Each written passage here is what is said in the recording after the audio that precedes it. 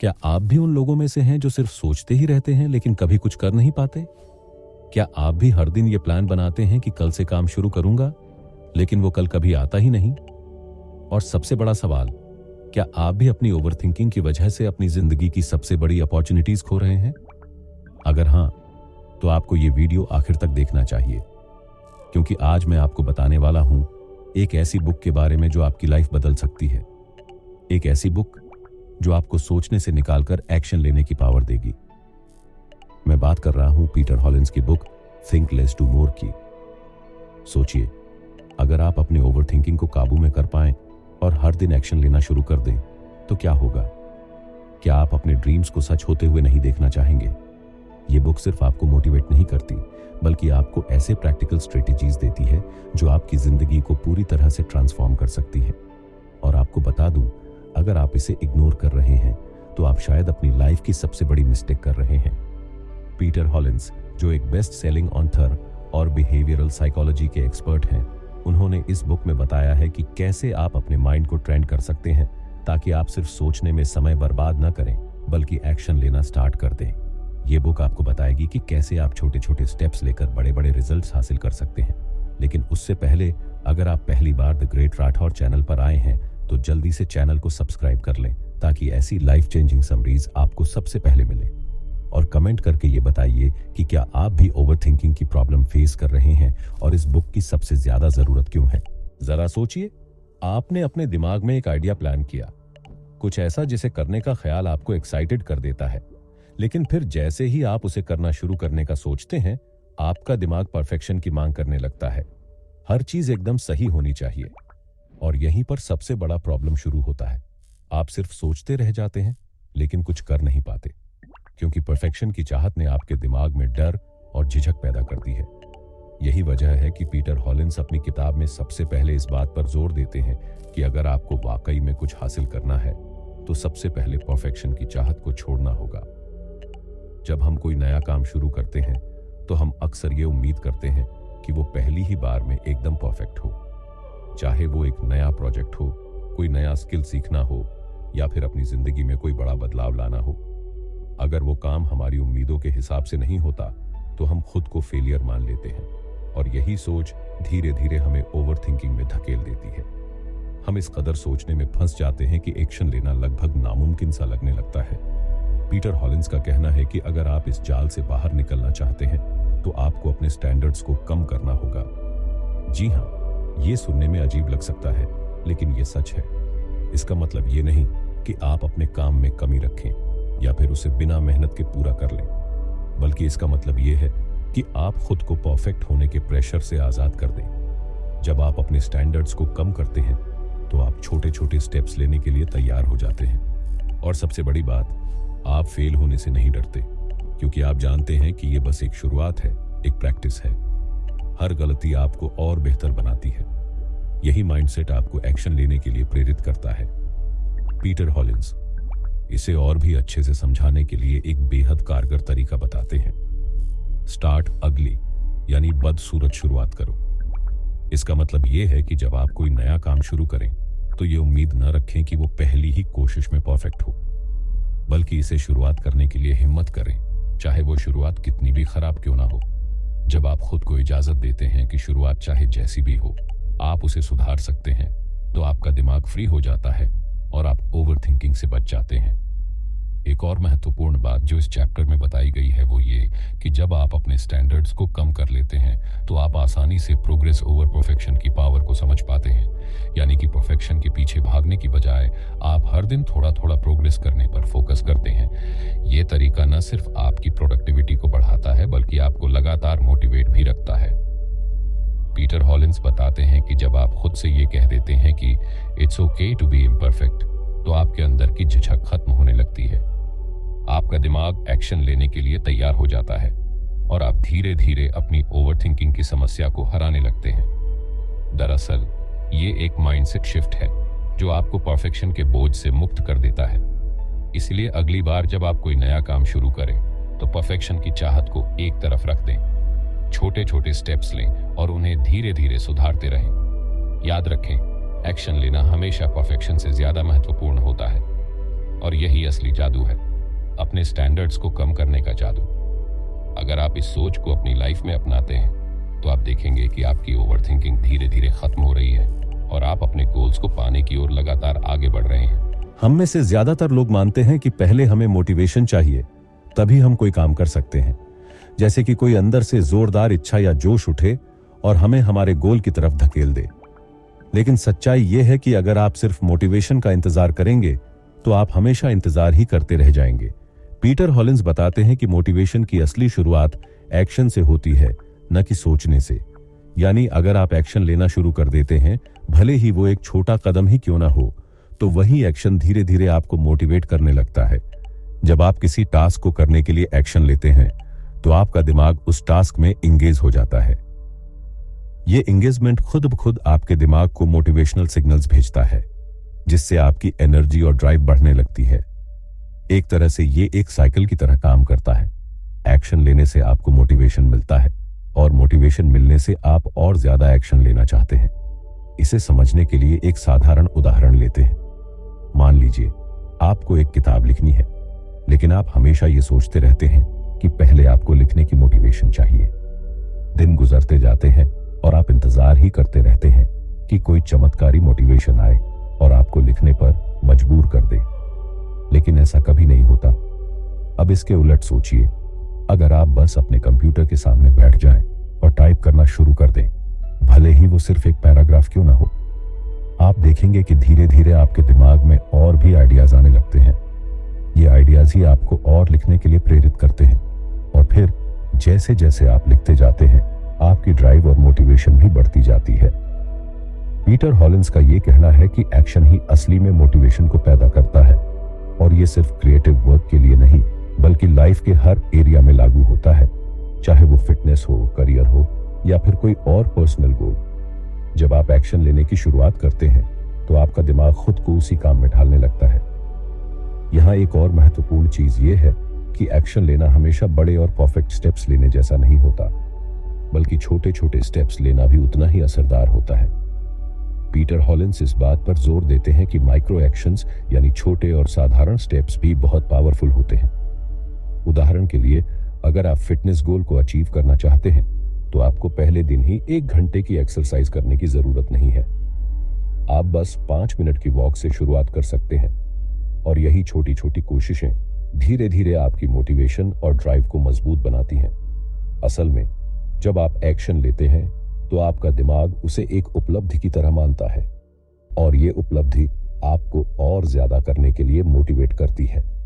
जैसे जैसे आप छोटे छोटे एक्शंस लेते हैं, आपका कॉन्फिडेंस भी बढ़ता है और यही कॉन्फिडेंस आपको और भी बड़े एक्शंस लेने के लिए प्रेरित करता है। पीटर हॉलिंस इस बात को भी साफ करते हैं कि एक्शन लेना जरूरी नहीं कि हमेशा सक्सेस की गारंटी हो, लेकिन एक्शन न लेना निश्चित रूप से फेलियर की गारंटी है। इसलिए अगर आप सच में मोटिवेट होना चाहते हैं तो आपको पहले एक्शन लेना होगा, भले ही वो एक छोटा कदम ही क्यों ना हो, क्योंकि मोटिवेशन कभी भी सोचने से नहीं आता बल्कि करने से आता है। आखिरकार एक्शन ही असली गेम चेंजर है। जितना ज्यादा आप एक्शन लेंगे उतना ही आपका दिमाग उस एक्शन को जारी रखने के लिए मोटिवेशन पैदा करता रहेगा और यही चीज आपको ओवरथिंकिंग और प्रोक्रास्टिनेशन से बाहर निकालती है। रिस्क, ये एक ऐसा शब्द है जिसे सुनते ही हमारे दिमाग में डर और असुरक्षा की भावना आ जाती है। बचपन से ही हमें सिखाया जाता है कि रिस्क लेना खतरनाक है, लेकिन पीटर हॉलिंस इस सोच को पूरी तरह से बदलना चाहते हैं। उनके अनुसार अगर आप अपनी जिंदगी में वाकई कुछ बड़ा हासिल करना चाहते हैं तो आपको रिस्क के साथ अपने रिश्ते को बदलना होगा। रिस्क लेना आपकी दुश्मनी नहीं बल्कि आपकी सबसे बड़ी ताकत बन सकती है। हम में से ज्यादातर लोग फेलियर के डर से रिस्क लेने से बचते हैं, चाहे वो नया बिजनेस शुरू करना हो, कोई नया स्किल सीखना हो या फिर अपनी लाइफस्टाइल में बदलाव लाना हो। हम हमेशा सेफ जोन में रहना पसंद करते हैं, जहां सब कुछ प्रेडिक्टेबल होता है और हमें किसी भी तरह का नुकसान नहीं झेलना पड़ता। लेकिन यही सेफ जोन हमारी ग्रोथ को रोकता है, क्योंकि जब आप रिस्क से बचते हैं तो आप नए मौके भी खो देते हैं। पीटर हॉलिंस बताते हैं कि रिस्क लेना असल में आपकी ग्रोथ और सक्सेस के लिए जरूरी है। रिस्क लेना आपको सिर्फ फेलियर के डर से लड़ना ही नहीं सिखाता, बल्कि आपको अपने कंफर्ट जोन से बाहर निकलने के लिए भी तैयार करता है। जब आप रिस्क लेने का फैसला करते हैं तो आप खुद को नए अनुभवों के लिए ओपन कर देते हैं और यही नए अनुभव आपकी जिंदगी में नए मौके और नए रास्ते खोलते हैं। असल में रिस्क लेना हमेशा बड़ा और खतरनाक कदम उठाने जैसा नहीं होता। कभी कभी ये छोटे छोटे चैलेंजेस को अपनाने जैसा होता है, जैसे कि किसी नई स्किल को सीखने की कोशिश करना, किसी नए प्रोजेक्ट पर काम करना या फिर किसी नए आइडिया को एक्सप्लोर करना। ये छोटे छोटे रिस्क भी आपको धीरे धीरे फेलियर के डर से आजाद कर देते हैं। पीटर हॉलिंस इस बात पर भी जोर देते हैं कि रिस्क लेना और बेवकूफ़ी करना दो अलग अलग चीजें हैं। रिस्क लेना मतलब है कि आप अपने एक्शंस को समझदारी और स्ट्रैटेजी के साथ प्लान करते हैं। आप ये समझते हैं कि रिस्क लेना जरूरी है, लेकिन उसी के साथ आप अपने गोल्स को अचीव करने के लिए एक प्रॉपर प्लान भी बनाते हैं। अगर आप हमेशा रिस्क से भागते रहेंगे तो आप कभी भी अपनी पूरी पोटेंशियल तक नहीं पहुंच पाएंगे। इसलिए जरूरी है कि आप अपने दिमाग को ये समझाएं कि रिस्क लेना आपकी ग्रोथ के लिए जरूरी है। ये डरने की चीज नहीं बल्कि अपनाने की चीज है। और जब आप ये माइंडसेट अपनाते हैं तो आप देखेंगे कि रिस्क लेना आपकी लाइफ को और ज्यादा एडवेंचरस और सेटिस्फाइंग बना देता है। रिस्क को अपना दोस्त बनाने का एक आसान तरीका ये है कि आप खुद से ये सवाल पूछें, अगर मैं ये कदम उठाता हूँ और फेल हो जाता हूँ तो सबसे बुरा क्या होगा? जब आप सबसे बुरी सिचुएशन को एक्सेप्ट कर लेते हैं तो आपका दिमाग उस डर से मुक्त हो जाता है। और जब आपका दिमाग उस डर से आज़ाद हो जाता है तो आप ज़्यादा फोकस्ड और ज़्यादा एनर्जेटिक महसूस करने लगते हैं। पीटर हॉलिंस का ये मानना है कि रिस्क लेना न सिर्फ आपको नए मौके देता है बल्कि आपकी कॉन्फिडेंस को भी कई गुना बढ़ा देता है। जब आप खुद को रिस्क लेने की इजाज़त देते हैं और उसे पॉजिटिव वे में अपनाते हैं तो आप ओवर थिंकिंग की जगह एक्शन लेना शुरू कर देते हैं। इसलिए अगली बार जब भी आपको कोई बड़ा फैसला लेना हो तो उसे रिस्क की तरह नहीं बल्कि एक मौके की तरह देखिए। एक ऐसा मौका जो आपको आपकी असली पोटेंशियल तक पहुंचने में मदद करेगा। रिस्क से बचना नहीं बल्कि उसे अपनाना ही आपको सच्ची ग्रोथ और सक्सेस की ओर ले जाता है। हम सभी अपनी लाइफ को बेहतर बनाने के लिए टू डू लिस्ट बनाते हैं। एक ऐसी लिस्ट जिसमें हम वो सारे काम लिखते हैं जो हमें पूरे करने हैं। लेकिन पीटर हॉलिंस कहते हैं कि जितनी जरूरी ये लिस्ट होती है उससे कहीं ज्यादा जरूरी होती है एक और लिस्ट, डोंट डू लिस्ट। जी हां, एक ऐसी लिस्ट जिसमें उन कामों को शामिल किया जाता है जो आपकी प्रोडक्टिविटी, फोकस और गोल्स को नुकसान पहुंचाते हैं। अब सवाल ये उठता है कि आखिर ये डोंट डू लिस्ट होती क्या है और ये आपकी लाइफ को कैसे बेहतर बना सकती है। ये लिस्ट उन सभी कामों का कलेक्शन होती है जिन्हें आपको हर हाल में अवॉइड करना चाहिए, क्योंकि ये काम आपके लिए सिर्फ डिस्ट्रैक्शन पैदा करते हैं और आपकी एनर्जी को बर्बाद कर देते हैं। पीटर हॉलिंस बताते हैं कि हम में से ज्यादातर लोग ये सोचते हैं कि काम करने का मतलब होता है ज्यादा से ज्यादा चीजों को करना, लेकिन असलियत ये है कि प्रोडक्टिविटी का मतलब होता है सही चीजों को करना और गलत चीजों से बचना। और ये डोंट डू लिस्ट आपको यही सिखाती है। मान लीजिए कि आप एक लेखक हैं और आपका गोल है कि आप रोजाना 2000 शब्द लिखें। अब अगर आप अपने दिन की शुरुआत सोशल मीडिया चेक करने, ईमेल्स देखने और फोन कॉल्स का जवाब देने में करते हैं तो क्या आप अपना गोल पूरा कर पाएंगे? शायद नहीं, क्योंकि आपने अपना सबसे प्रोडक्टिव टाइम उन कामों में बर्बाद कर दिया जो आपके गोल्स से बिल्कुल भी रिलेटेड नहीं थे। यही कारण है कि डोंट डू लिस्ट बनाना जरूरी है। ये लिस्ट आपको ये याद दिलाती है कि आपको किन चीजों से दूर रहना है ताकि आप उन कामों पर फोकस कर सकें जो सच में आपके लिए इंपॉर्टेंट है। पीटर हॉलिंस का मानना है कि ये लिस्ट सिर्फ डिस्ट्रैक्शंस को अवॉइड करने का तरीका नहीं है बल्कि एक माइंडसेट है। एक ऐसा माइंडसेट जो आपको आपके गोल्स पर फोकस्ड रहने में मदद करता है। अब सवाल यह है कि ये डोंट डू लिस्ट कैसे बनाई जाए। सबसे पहले आपको ये पहचानना होगा कि आपकी लाइफ में कौन कौन सी एक्टिविटीज ऐसी हैं जो आपका टाइम और एनर्जी बर्बाद कर रही हैं। ये एक्टिविटीज छोटी भी हो सकती हैं, जैसे बार बार मोबाइल नोटिफिकेशन चेक करना, या फिर कोई बड़ा डिस्ट्रैक्शन भी हो सकता है, जैसे कि बेमतलब के सोशल मीडिया स्क्रॉलिंग में घंटों बर्बाद करना। इसके बाद आपको इन एक्टिविटीज को नोट करना होगा और अपनी डोंट डू लिस्ट में शामिल करना होगा।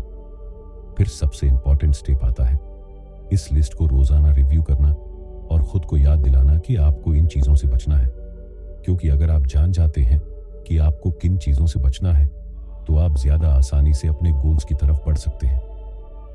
पीटर हॉलिंस ये भी बताते हैं कि डोंट डू लिस्ट सिर्फ प्रोडक्टिविटी बढ़ाने का तरीका नहीं है, बल्कि यह आपके माइंड को भी क्लियर करती है। जब आप जानते हैं कि आपको क्या नहीं करना है तो आपके दिमाग में कंफ्यूजन और ओवरथिंकिंग भी कम हो जाती है। आप ज्यादा फोकस्ड और डिसिप्लिन्ड महसूस करने लगते हैं। इसका सबसे बड़ा फायदा यह होता है कि आप अपने गोल्स को क्लियरली देख पाते हैं और उन पर काम करने के लिए सही एनर्जी और टाइम का इस्तेमाल कर पाते हैं, क्योंकि आपकी एनर्जी अब उन चीजों में वेस्ट नहीं हो रही जो आपको पीछे खींचती हैं।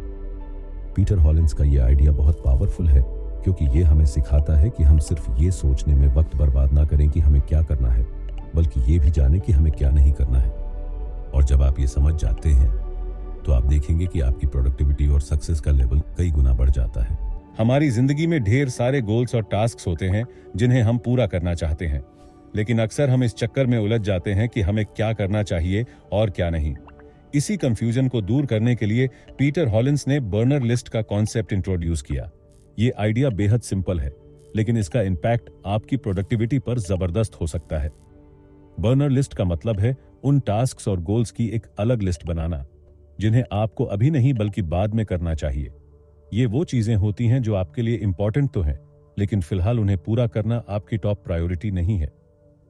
इसका फायदा यह होता है कि आपका माइंड उन चीजों के बोझ से फ्री हो जाता है जो अभी आपके लिए जरूरी नहीं है।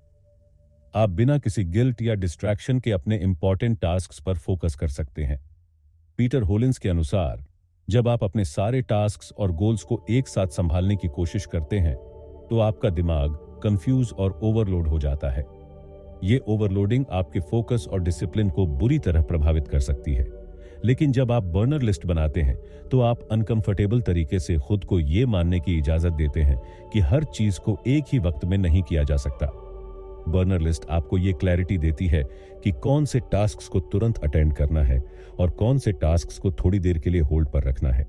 इससे आपकी प्रायोरिटीज सेट हो जाती है और आपका माइंड फ्रेश और फोकस्ड रहता है। एक और बड़ा फायदा यह है कि जब आप बर्नर लिस्ट बनाते हैं तो आपकी मेमोरी को भी रिलैक्सेशन मिलता है, क्योंकि आप जानते हैं कि आपने उन गोल्स को पूरी तरह इग्नोर नहीं किया है, बल्कि सिर्फ एक सही समय का इंतजार कर रहे हैं। पीटर हॉलिंस ये भी बताते हैं कि बर्नर लिस्ट बनाने का सबसे सही तरीका यह है कि आप अपने सारे गोल्स और टास्क्स को लिस्ट में लिख लें, फिर उन्हें फिल्टर करें और ये डिसाइड करें कि कौन से टास्क्स को आपको तुरंत करना है और कौन से टास्क्स को आप कुछ वक्त के लिए होल्ड पर रख सकते हैं। अब उन टास्क्स को एक अलग लिस्ट में लिख लें और ये समझ लें कि फिलहाल आपको उन पर ध्यान नहीं देना है। इस प्रोसेस में सबसे इंपॉर्टेंट पार्ट होता है खुद के साथ ईमानदार रहना। बहुत बार हम सिर्फ इसलिए हर चीज को एक साथ करने की कोशिश करते हैं क्योंकि हमें लगता है कि अगर हमने कुछ छोड़ दिया तो हम पीछे रह जाएंगे, लेकिन ये सोच ही असली प्रॉब्लम है। बर्नर लिस्ट बनाना आपको ये भी सिखाता है कि हर चीज को परफेक्ट तरीके से करने की कोशिश करने की जगह आप सिर्फ सही चीजों पर फोकस करें। ये आपकी एनर्जी और रिसोर्सेज को बेहतर तरीके से इस्तेमाल करने में मदद करता है। इसके अलावा जब भी आपके पास फ्री टाइम हो तो आप अपनी बर्नर लिस्ट को रिव्यू कर सकते हैं और देख सकते हैं कि क्या अब उसमें से कुछ चीजें आपकी प्रायोरिटी बन गई हैं या नहीं। ये प्रोसेस इतना सिंपल है कि इसे कोई भी आसानी से अपना सकता है और इससे तुरंत ही अपनी प्रोडक्टिविटी को बूस्ट कर सकता है। पीटर हॉलिंस का ये आइडिया इस बात पर फोकस करता है कि हमारा दिमाग हमेशा एक ही समय में सारी चीजों को मैनेज करने के लिए नहीं बना है। इसलिए हमें खुद को ये इजाजत देनी चाहिए कि हम कुछ चीजों को होल्ड पर रखें और सिर्फ उन चीजों पर काम करें जो वाकई अभी जरूरी है। यही तरीका हमें ओवर थिंकिंग से दूर रखता है और एक्शन की तरफ ले जाता है। जब हम अपने गोल्स और टास्क्स को लेकर कंफ्यूज रहते हैं तो अक्सर हम ओवर थिंकिंग में फंस जाते हैं और नतीजा ये होता है कि हम कुछ भी प्रोडक्टिव नहीं कर पाते। इसी प्रॉब्लम को सॉल्व करने के लिए पीटर हॉलिंस हमें एक पावरफुल तरीका बताते हैं जिसे वो सुपर स्ट्रक्चर डिसीजन मॉडल कहते हैं।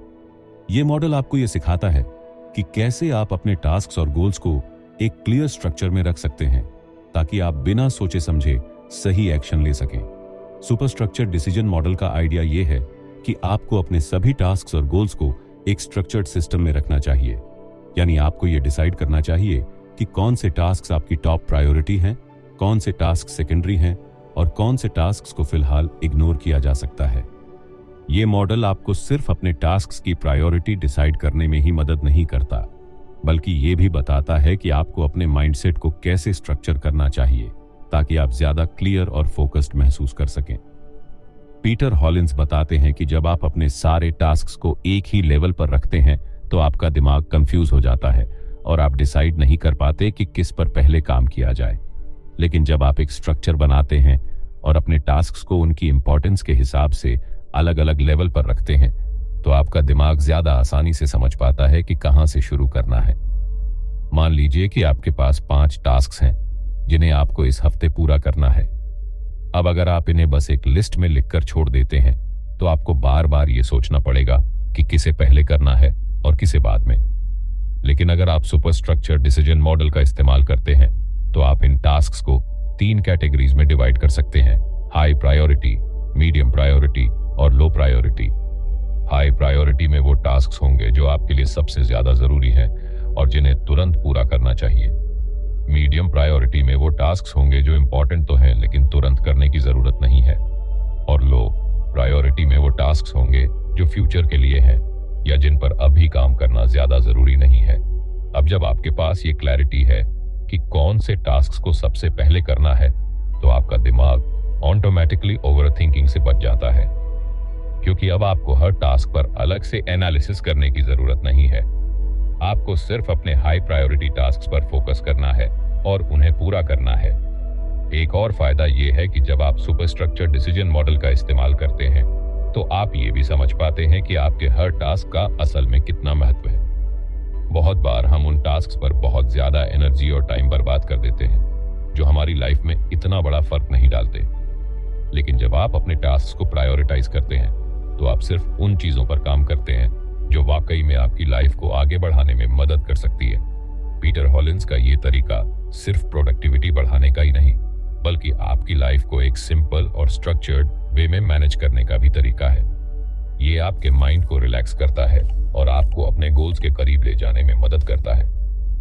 ये एक्शन ओरिएंटेड माइंडसेट को बढ़ावा देता है जिसमें ओवरथिंकिंग की कोई जगह नहीं होती। हर इंसान का दिमाग और शरीर अलग अलग तरीके से काम करता है।